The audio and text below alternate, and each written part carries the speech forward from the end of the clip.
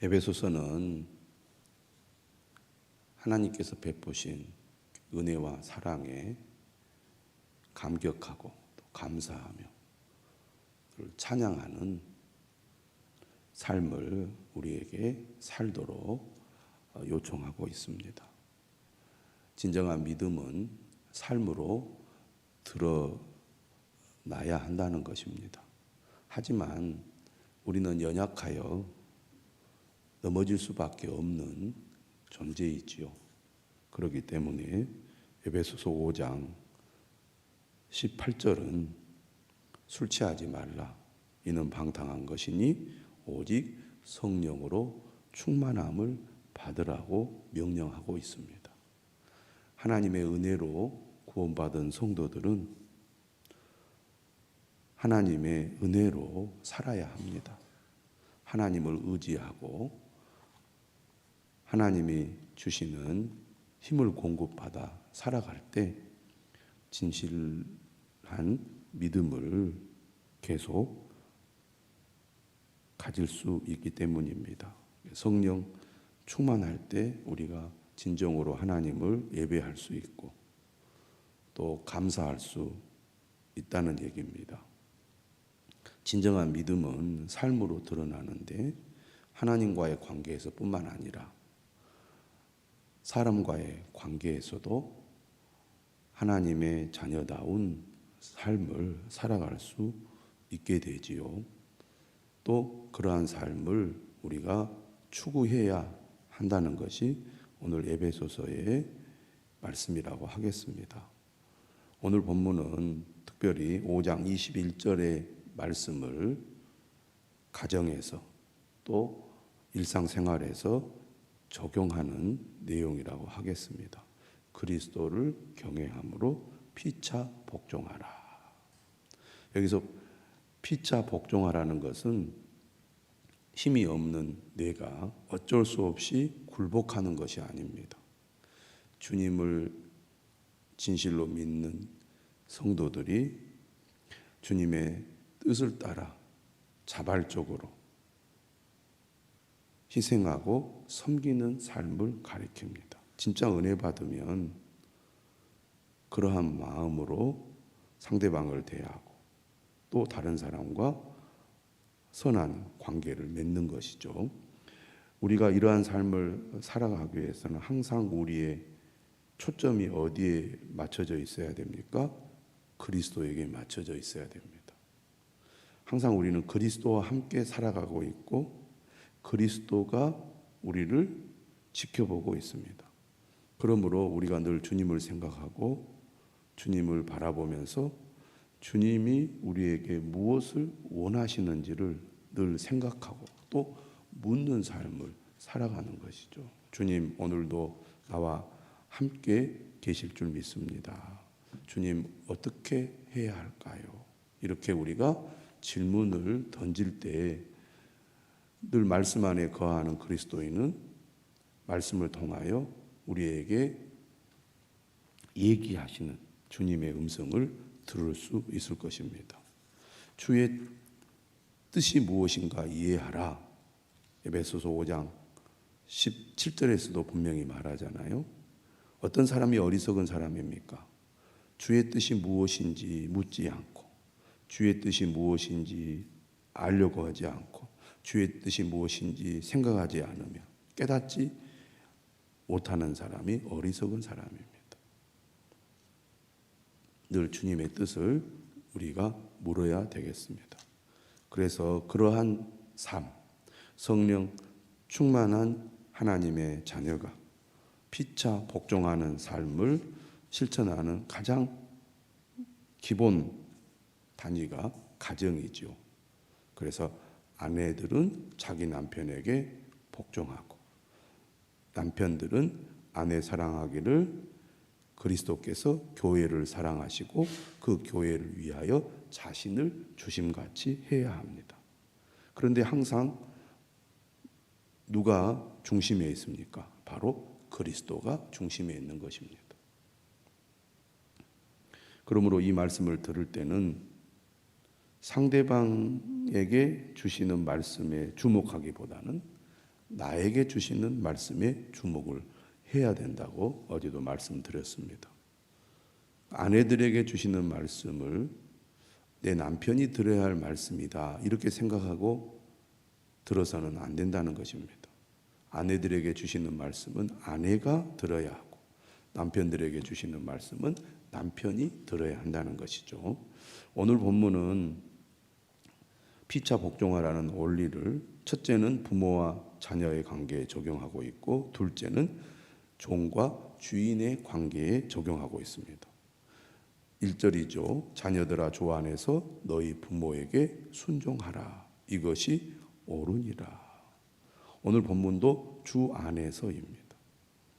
그러므로 우리 자녀들이 부모에게 순종하는 삶을 살도록 우리가 잘 이끌어 주려면 무엇보다도 우리 자녀들을 주님과의 바른 관계 속에 주님을 진실로 믿고 따르는 자녀로 세우는 것이 중요하겠죠.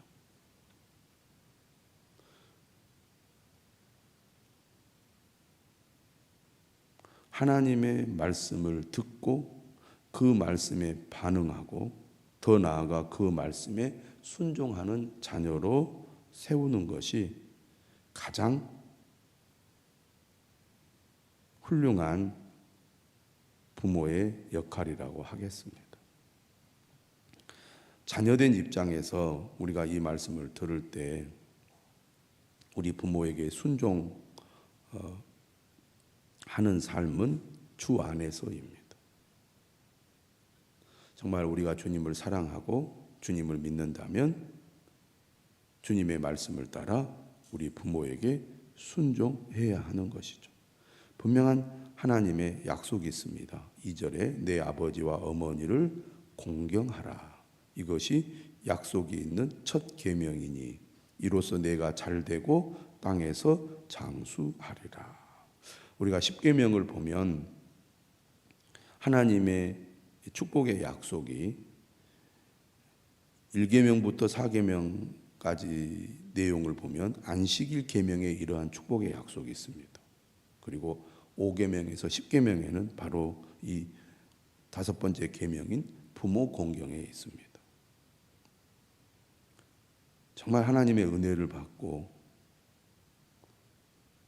믿음의 삶에 들어서게 되면 부모를 공경하는 삶을 살아가게 될 뿐만 아니라 또 그러한 삶을 반드시 실천해야 한다는 것이죠.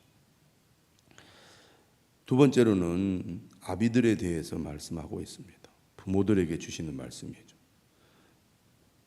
여기에서도 보면 어떻게 해서든지 너희 자녀들이 부모에게 순종하도록 가르치라 이렇게 말씀하고 있지 않습니다. 어제 말씀하고 같은 패턴이죠. 부모들을 향해서는 너희 자녀를 노엽게 하지 말라고 가르칩니다. 2000년 전 당시에 문화를 우리가 생각해 보면 부모가 자녀에게 강압적으로 명령하고 말을 듣지 않으면 폭력을 행사해서라도 자녀를 바르게 잡아야 된다. 그런 생각을 했습니다. 여러분, 우리가 살고 있는 이 시대, 불과 얼마 전만 하더라도 부모가 자녀를 그렇게 다루었습니다. 자녀들의 감정, 자녀들의 그 마음의 상태는 고려하지 않고 부모가 원하는 대로 자녀를 키우려고 하다 보니까 부모의 일방적인 생각을 자녀에게 주입해서 그렇게 따르지 않으면 자녀가 상처를 받는지 크게 낙심하는지 따지기보다는 마치 자녀를 사랑한다는 명목으로 자기 소유물처럼 생각하고 자기의 어떤 욕심을 채우기 위한 도구로 이용할 때가 얼마나 많습니까? 또 그런 부모들이 또 실제로 존재하고 있습니다. 그런데 2000년 전에 사도 바울을 통해 주시는 하나님의 말씀은 어떻게 보면 참 놀라운 것이죠. 너희 자녀를 노엽게 하지 말아라. 그는 부모의 소유물이 아니라는 것입니다. 부모와 똑같은 인격체라는 것이죠. 더 나아가 자녀는 하나님이 주신 선물이고 하나님의 소유이기 때문에 자녀를 부모의 욕심대로 자녀를 다루지 말고 자녀를 인격체로 하나님의 선물로 여기고 매우 조심히 다뤄야 한다는 것입니다. 자녀들이 상처받고 실망하여 잘못된 길로 갈 수도 있지 않습니까? 그러므로 자녀의 마음의 상태 그리고 감정을 잘 살펴서 자녀들이 분노하지 않도록 자녀들을 도와야 한다는 것입니다. 이것이 5장 말씀 21절에 피차 복종하라는 말씀의 적용이라고 하겠습니다. 그러면 어떻게 자녀를 도와야 합니까? 오직 주의 교훈과 훈계로 양육하라고 말씀하고 있습니다. 이것은 인내가 필요하고 부모가 무엇이 있어야 됩니까? 믿음이 있어야 되겠죠. 하나님의 말씀이 진리이고 자녀를 살리는 길이라는 확신이 있어야 가능합니다. 그런데 실제로 지금도 우리가 예수 그리스도를 믿고 믿음으로 살지만 자녀들을 오직 주의 교훈과 훈계로 양육하지 못하는 경우가 많습니다. 또 그것을 중요하게 여기지 않는 경우도 많습니다. 정말 믿음이 귀하고 구원이 귀하다면 우리가 자녀들을 양육할 때 이 부분을 결코 소홀히 해서는 안 되지 않겠습니까? 그런데 우리는 자녀들을 양육할 때 일반적으로 내 자녀가 그 나이에 맞게 지식을 쌓는가, 또 사회적인 교육을 제대로 습득했는가, 거기에 더 관심을 많이 기울이지 우리 자녀가 주의 교훈과 훈계로 제대로 양육이 되고 성장하고 있는가에 대해서는 상대적으로 등한시하는 경우가 많습니다. 그것은 어떤 면에서 피차 복종하는 것이 아니라는 거죠. 부모 공경이나 자녀 양육이나 항상 그 중심에 예수 그리스도가 있어야 한다는 것이죠. 주님을 생각하고 주님의 뜻에 귀를 기울이고 주님의 말씀에 순종하는 부모, 자녀가 되어야 할 것입니다. 5절 이하의 말씀은 종과 주인의 관계인데 오늘 우리의 삶에 적용하면 직장 생활을 어떻게 할 것인가? 직장 생활에 대한 교훈이라고 하겠습니다. 5절은 이렇게 말하죠. 종들아 두려워하고 떨며 성실한 마음으로 육체의 상전에게 순종하기를 그리스도께 하듯 하라. 교회 생활만 신앙생활이 아니라는 것입니다. 가정생활도 신앙생활의 영역이고 직장생활도 신앙생활의 영역이라는 거죠.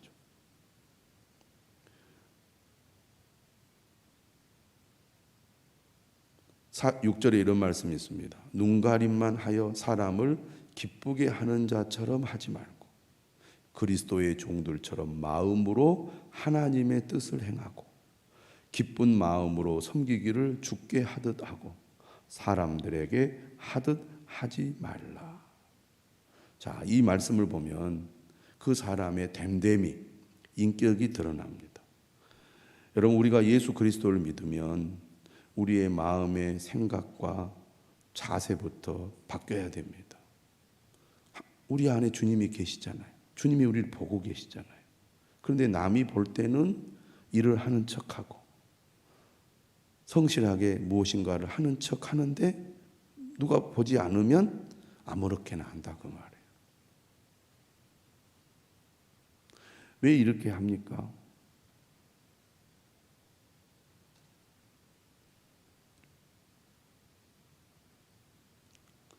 그만큼 우리 마음에 이기적인 생각이 크기 때문입니다. 누가 보지 않으면 아무렇게나 버립니다. 사람이 살다 보면 기분 나쁠 때가 있죠. 얼른 생각나는 얘기를 해본다면 건축을 하게 되면 힘듭니다. 피곤하죠. 그런데 신경을 건드릴 수가 있어요. 업자가 일하는 사람들에게 싫은 소리를 할 수 있고 기분 나쁜 소리를 할 수 있습니다.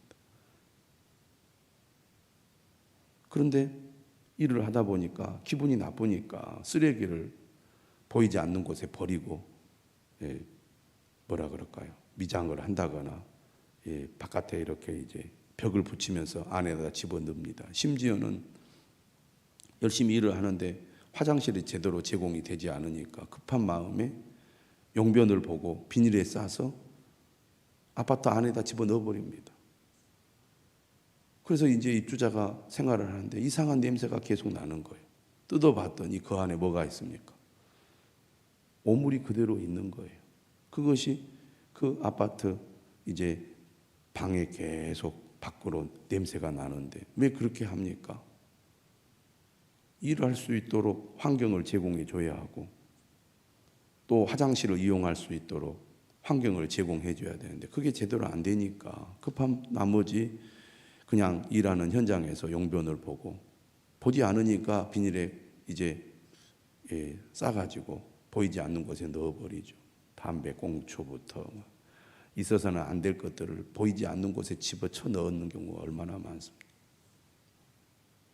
그런데 우리가 예수 그리스도를 믿는다면 주님이 보고 계시잖아요. 남이 안 보면 불량한 행동을 하고도 안 그런 척하고 숨기거나 도피하거나 모른 척하거나 이런 식으로 우리가 직장 생활을 해서는 안 된다는 것입니다. 누가 보든지 보지 않든지 성실하고 책임감을 가지고 나에게 맡겨진 일을 잘 해내는 사람이 되어야 한다는 거죠. 왜냐? 주님이 보고 계시니까. 그러니까 진짜 주님을 우리가 믿는다면 직장 생활에서 다른 사람과의 관계에서도 진실하고 정직하며 성실해야 됩니다. 그것이 믿음이고 그것이 인격입니다. 그런데 우리가 살아오면서 부모로부터 주변 사람들로부터 남을 속이고 또 기분 나쁜 일을 당했을 때 그런 식으로 보복하는 것을 우리가 보고 자라고 또 보아왔다면 우리도 똑같이 그렇게 하는 경우가 많습니다. 나에게 이런 식으로 대우를 해 나도 복수하리라.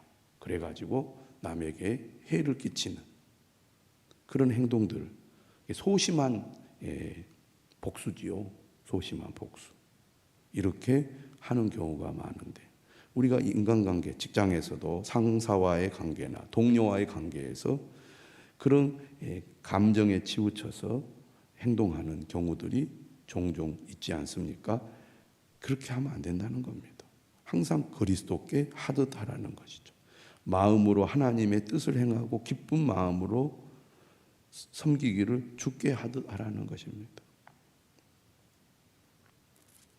아주 가장 기본적인 원리죠. 어떻게 보면 나는 돈을 받은 만큼만 일한다. 그것이 냉철하고 지혜로운 것 같지만 결국 자신에게 돌아오는 것은 별로 없습니다. 우리가 멀리 내다보고 장기적인 관점에서 바라볼 때 정말 내게 주어진 일을 주님께 하듯이 성실하고 진실하게 할 때 그 유익이 결국에는 나에게 오는 거죠. 이러한 태도가 우리 몸에 배어 있어야 되겠습니다. 8절은 얘기합니다. 이는 각 사람이 무슨 선을 행하든지 종이나 자유인이나 주께로부터 그대로 받을 줄을 알미라. 누가 보상해 줍니까? 주님이 보상해 준다는 믿음을 가져야 됩니다. 우리가 인간관계에서 네가 나에게 해준 게 뭐가 있어? 네가 나를 그렇게 대우해, 나도 너에게 똑같이 그렇게 대하리라. 나와 상대방과의 관계에서, 또 직장에서 상사와 또 부하의 관계에서 주님이 전혀 없는 겁니다. 항상 우리는 주님이 계시다는 것, 주님이 우리를 지켜보고 계시다는 것, 주님이 다 알고 계시다는 것, 주님이 보상해 주실 거라는 믿음을 가지고 직장 생활도 해야 되고 교회 생활도 해야 된다는 것이죠. 안 보는 것 같고 모르는 것 같지만 이러한 일들을 꾸준히 하다 보면 언젠가는 다 드러나게 되어 있습니다.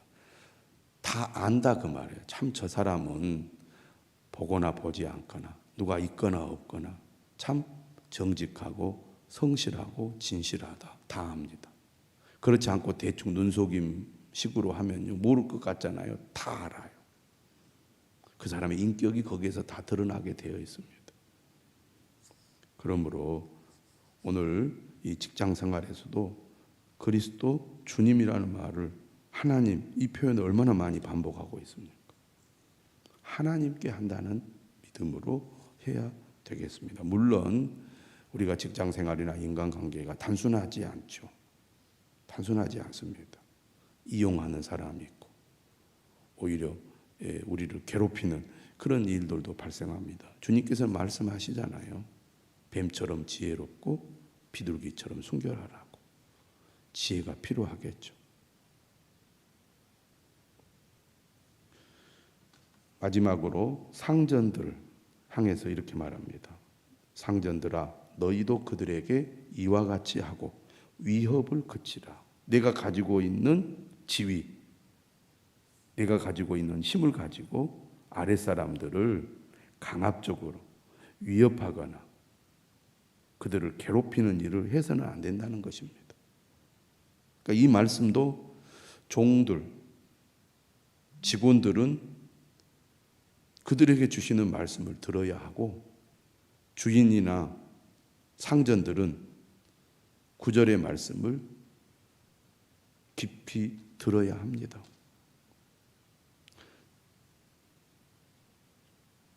왜 상전들에게 똑같이 죽게 하듯 해야 된다고 말합니까? 위협을 그치라고 말합니까? 이는 그들과 너희의 상전이 하늘에 계시고, 종의 진정한 상전, 그리고 상전의 진정한 상전은 하늘에 계십니다. 그리고 하나님은 어떤 분이십니까? 사람을 외모로 취하는 일이 없으신 분입니다.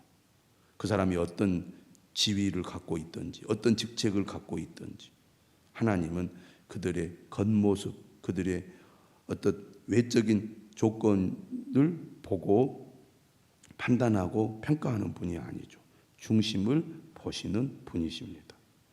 그러므로 우리가 직장 생활에서 항상 주님을 바라보고 주님께 하듯이 직장 생활도 해야 된다는 것.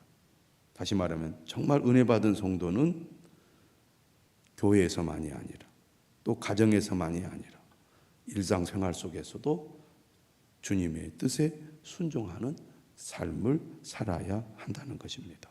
그러한 삶을 실천함으로 그리스도의 향기를 드러내고 일상생활 속에서 복음을 증거하는 여러분들이 되시기를 주님의 이름으로 축원합니다.